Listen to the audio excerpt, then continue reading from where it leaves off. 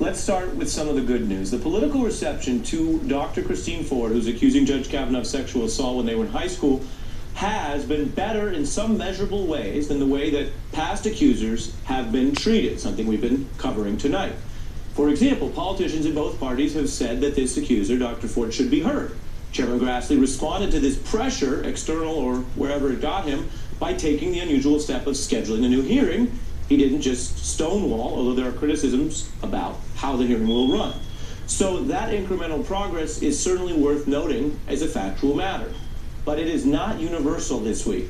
There are people with platforms rushing already to impugn Dr. Ford, and we haven't even heard from her other than the interview with the Washington Post. There are people with megaphones in right-wing media who are suggesting without evidence that she's a political opportunist trying to smear Kavanaugh based on his judicial philosophy. It's about abortion. Does anyone really believe this story would have surfaced if Brett Kavanugh had pledged allegiance to Roe v. Wade? Of course it wouldn't have. The timing, suffice it to say, is curious. This all has the whiff of a political smear masquerading as a sexual assault allegation. We have reached peak lunacy on the left, and this is, by the way, the most disgusting thing that they have done yet. Any person that actually supports sexual assault victims should be speaking out against this, because this is absolutely, as I said before, disgusting, despicable behavior. Disgusted, a word that sometimes comes up in projected criticism. Also, take a look at this former GOP operative who actually helped orchestrate the attacks on Clarence Thomas's accusers, writing that Kavanaugh's accuser must unfortunately expect this Anita Hill treatment from today's Republicans who will defend them at any cost. Now, we're already seeing some of the smear tactics at work. There are websites who peddled false claims saying that Ford, a college professor, was troubled, but the information for those pieces were based entirely on a different person, a different Christine Ford. But that was already amplified by the Drudge Report, as well as Fox News host Laura Ingraham, long before any corrections appeared. As I mentioned, we want to dig into this with an expert who has reported on many of these types of stories, New York Times columnist Michelle Goldberg. Her new piece is titled, quote, "Boys Will Be Supreme Court Justices." And she says, based on her review, this accuser looks credible, but will it matter? I wonder, just big picture, how you feel and what you've concluded about whether there is improvement and what is still being done wrong as we look to adjudicate in public a difficult thing, the weight of this accusation and the facts against this judge and whether he should be promoted. Well, I think there's certainly improvement. First of all, that there seems to be a broad consensus that these charges should be taken seriously and should be aired. A lot of the pushback in the right-wing media to Christine Blasey Ford coming forward has almost sort of assumed that what she was saying is probably correct, but basically said it hasn't been a big deal. So you see a lot of people saying, well, is it really fair to judge somebody for what they did in high school? You know, Ari Fleischer, a former George W. Bush press secretary, talking on Fox News about how, you know, can just like one little incident in high school really derail your opportunity to ascend to a Supreme Court seat or the presidency later in life, which is, you know, kind of rich coming from a party that has shown very, very little concern for juvenile offenders and whether they're ever able to expunge their record and kind of go on to redeem themselves and live productive lives. I mean, I think it's important to remember that the president called for the death penalty for 5 accused rapists, the Central Park 5, who were since proven innocent by DNA, but who were, you know, 14, 14, 15, 15, and 16. Now, all of a sudden, you know, the same sort of group of people is saying, well, come on, you can't really hold what somebody did at 17 against them.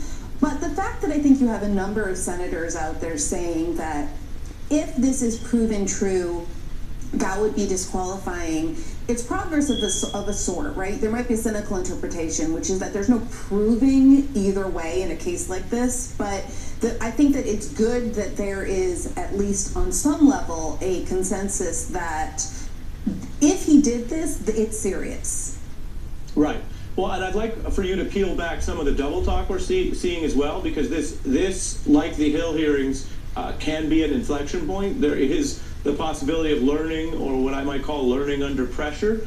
And so Senator Graham, who knows better, is saying things that regular people, random people might think sound suspicious, but are not, that you and I know are not, that he knows are not. For example, that Ms. Ford had a lawyer and a polygraph to try to improve her credibility. Now, Lindsey Graham was a military JAG lawyer, and he knows there is nothing wrong. Indeed, it is illegal and unconstitutional to hold it against someone that they retain a lawyer. And yet he says this. Take a look. I don't know when she took the polygraph. I don't know who paid for it. I don't know when she hired a lawyer, and I don't know who paid for it. But if you didn't want to go public, why are you buying a polygraph and why are you hiring a lawyer? All those things will come out. Of course, you're hiring a lawyer if you're getting anywhere near the hot zone that Anita Hill got to, and that doesn't speak to your veracity. Everyone has the right to lawyers, period. So I wonder if you could walk us through some of the senators who seem to be trying to have it both ways. I mean, look, I think, Lindsey Graham is a weasel, right? He's trying to insinuate that her kind of elementary steps she took to defend against the onslaught that is now being directed at her in some way justifies this onslaught. And, I mean, I don't think for a minute that the vast majority of Republicans in the Senate kind of really care one way or the other whether these charges are true. For them, the question is, will they still be able to vote for Kavanaugh without political repercussions when this whole circus is concluded? And they're trying to orchestrate it in a way that will let them do that. Right. I also want to ask you about an attack ad I mentioned earlier in the show that's quite hard-hitting. It's not to present any kind of moral equivalence, because indeed viewers will recognize many of the claims of this ad have been highly supported, like the many investigations that showed Roy Moore credibly accused of preying on girls. Having said that, there is this type of attack coming out now, so take a look at this, a new ad against Judge Kavanaugh. You can do anything. Grab him by the... An admitted sexual abuser sits in the White House who supported an accused child predator for the Senate. So get out and vote for Roy Moore. Then he nominated this man to the U.S. Supreme Court. Accusing Kavanaugh of sexual assault. When she tried to scream, she said he put his hand over her mouth. We can't let Brett Kavanugh decide on our rights for a generation. Enough is enough. What do you think of that tack at this juncture in lumping Judge Kavanaugh together with those individuals as a way to defeat his nomination? Well, first of all, I actually do think that there's some sort of, I don't know, moral implication in accepting a nomination from a president as disgraced and of such dubious legitimacy as this one. And I think that ad, do I think it's fair at this stage to compare Brett Kavanagh to Roy Moore? Like, no, categorically no. I do want to say that I think that part of the deep and profound insult of this nomination is that you have this president who has boasted of sexual assault nominating this frat boy who has been accused with some credibility of attempted rape, and that is going to be the thing that ends Roe versus Wade, that kind of strips American women of their reproductive rights. In some ways, it just makes very plain the brute patriarchy, the sort of cruel power, the cruel imposition of male power over women's choices that this whole process represents. Michelle Goldberg, we always learn a lot from you, and you've written a lot about these issues. Thank you very much for coming on The Beat tonight. Thank you. Up ahead, we turn to another big story. Rudy Giuliani talking to Paul Manafort's team after